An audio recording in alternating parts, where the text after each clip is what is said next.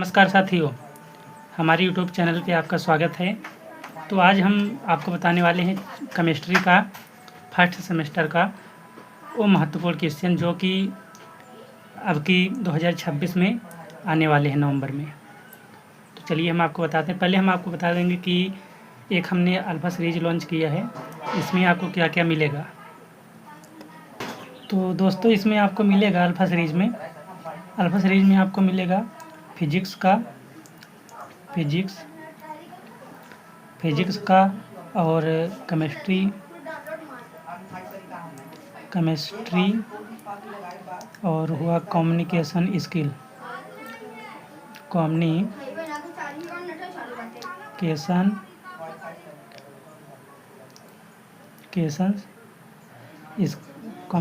Skill और हो गया मैथ्स और इतना। इसमें 4 सब्जेक्ट का आपको महत्वपूर्ण क्वेश्चन मिलेंगे, महत्वपूर्ण प्रश्न। और साथियों आपको फिजिक्स इसका आपको मिलेगा डेरिवेशन, जो कि होता है आपको इसका मिलेगा डेरिवेशन। इसका आपको डेरिवेशन मिलेगा। उसके बाद महत्वपूर्ण क्वेश्चन मिल ही रहा है। उसके बाद 5 नंबर वाले क्वेश्चन, 5 नंबर वाले प्रश्न, और मिलेगा आपको 2 नंबर वाले प्रश्न और आपको मिलेगा 1 नंबर वाले प्रश्न। ये आपको हो गया। और इसमें आपको मिलेंगे 100% बीटी यूपी में आने वाले प्रश्न ये आपको मिलेगा। इसी तरह आपको केमिस्ट्री में भी मिलेगा। इसमें भी आपको यही सब मिलेगा और मैथ में आपको यही सब मिलेगा। यही सब आपको मैथ, केमिस्ट्री, फिजिक्स तीनों में यही सब मिलेगा। कम्युनिकेशन स्किल में भी यही मिलेगा।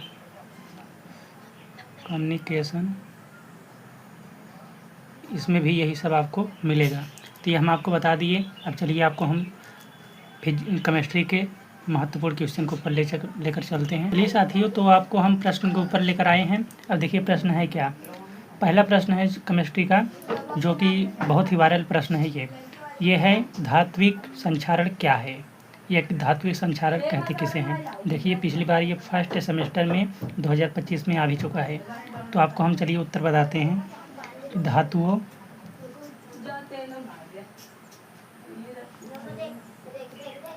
धातु या मिश्र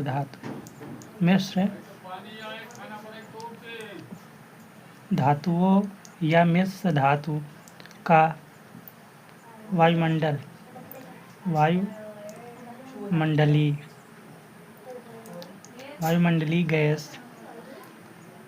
गैस वायु और नमी के प्रभाव से रासायनिक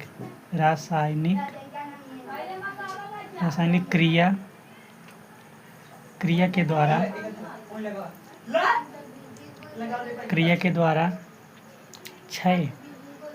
क्षय होने की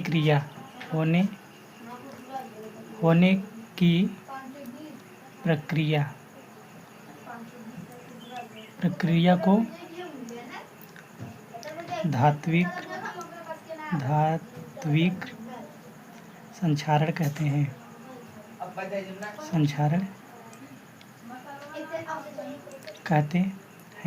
ये आपका हो गया पहला प्रश्न। चलिए हम आपको दूसरे प्रश्न को ऊपर लेकर चलते हैं। चलिए हम आपको दूसरे प्रश्न लिख लिए हैं। आपको इसमें बताते हैं क्या करना है। इसमें पहला ये दूसरा प्रश्न है, शुष्क सेल में कौन सा इलेक्ट्रॉन उपयोग में लाए जाते हैं।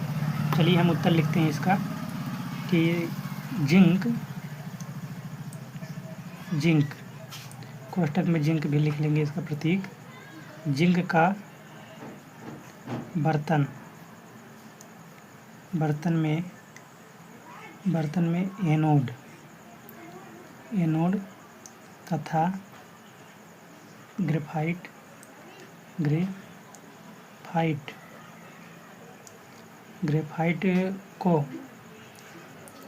को बीच में रखी जाती है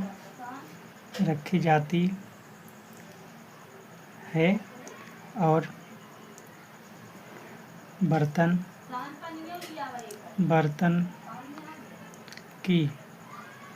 बर्तन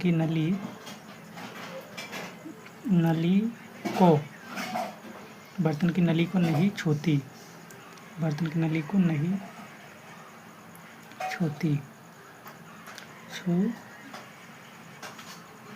छूती है और कैथोड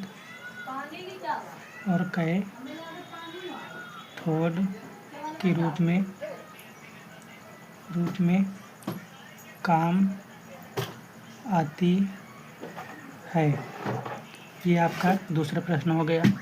आपको दिख नहीं रहा होगा तो चलिए, ये तो दिख रहा होगा, केवल है नहीं दिख रहा होगा, तो चलिए हम आपको भी सही करके दे देते हैं।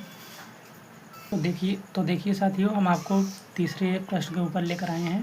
तो देखिए तीसरा प्रश्न का उत्तर क्या होगा। इसमें तीसरा प्रश्न दिया गया है, गैल्वेनिक सेल में लवण सेतु का प्रयोग क्यों किया जाता है। तो चलिए इसका उत्तर लिखते हैं कि इस सेल में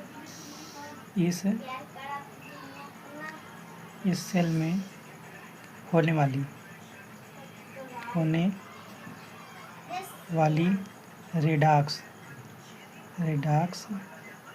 साथियों, ये आप लोगों ने रेडॉक्स अपक्रिया हुआ और ये सब गैल्वेनिक सेल और ये सब आपने 10th में और 11th में पढ़ा होगा।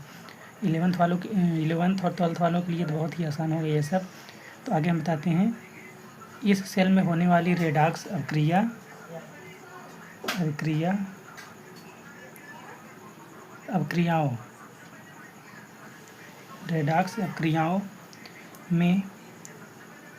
में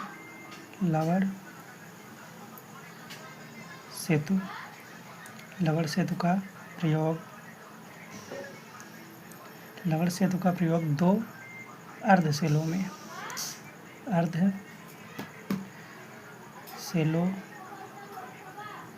के संपर्क ऐसे रहेगा,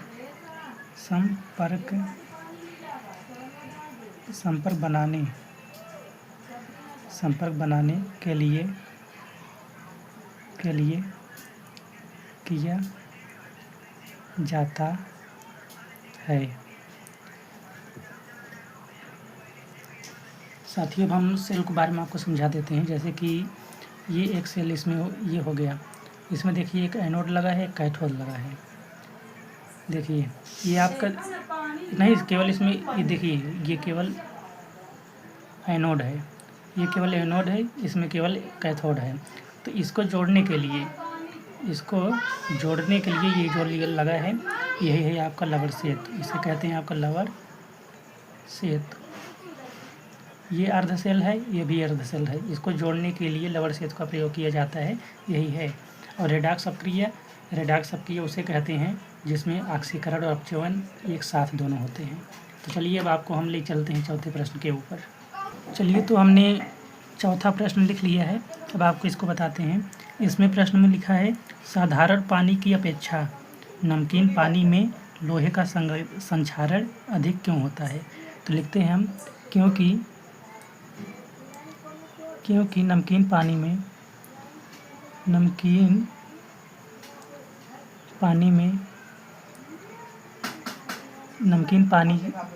पानी की चालकता अधिक होती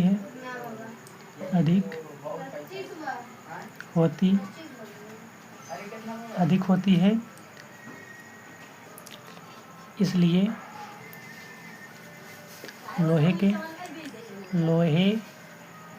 के सतह पर संक्षारण अधिक तेजी से तेजी से होता है। ये आपका प्रश्न का उत्तर हो गया। साथियों, इसमें और भी लिख सकते हैं जबकि साधारण पानी की चालकता कम होती है। इसलिए इस पानी में लोहे पर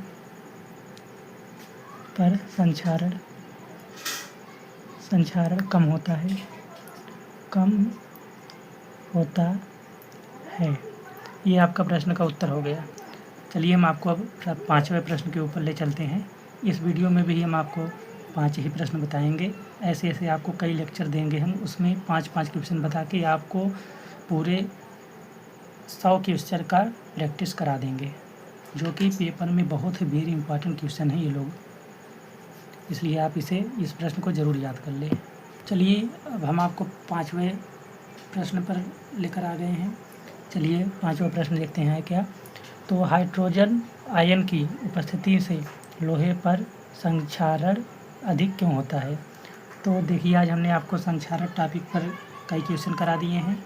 अब हम अगले वीडियो में आपको अगले टॉपिक पर फिर से हम कई क्वेश्चन कराएंगे। तो चलिए इसका उत्तर लिखते हैं।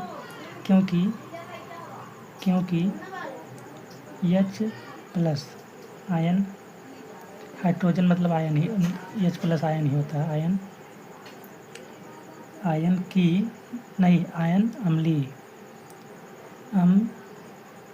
अम्लीय होता है,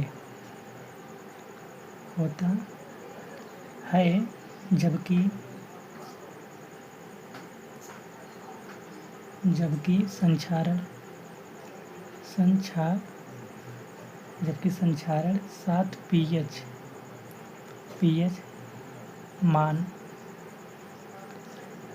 मान से कम पर अम्लीय तथा अम्लीय माध्यम में क्षारीय तथा उदासीन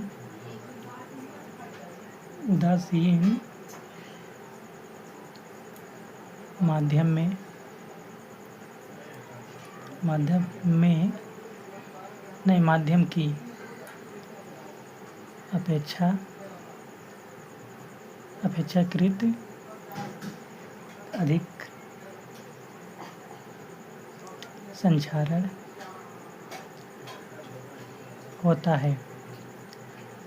तो ये दोस्तों आपका 5वां क्वेश्चन कंप्लीट हो गया। तो हम आपको 5 प्रश्न बता चुके हैं। अब हम अगली वीडियो में आपका इसके आगे का क्वेश्चन बताएंगे।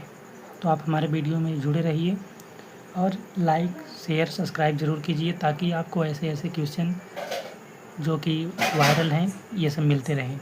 आगे हम आपको अगले वीडियो में आपकी बात लेकर आएंगे कि 2 नंबर में आने वाले BT-UP पेपर में 2 नंबर में आने वाले महत्वपूर्ण अंतर, जिसमें जितने अंतर हैं सभी अंतर को हम स्पष्ट कर देंगे, जो कि 2 नंबर में आने वाले हैं। तो हमारे साथ जुड़े रहें, हमारे चैनल को सब्सक्राइब करें। जय हिंद साथियों।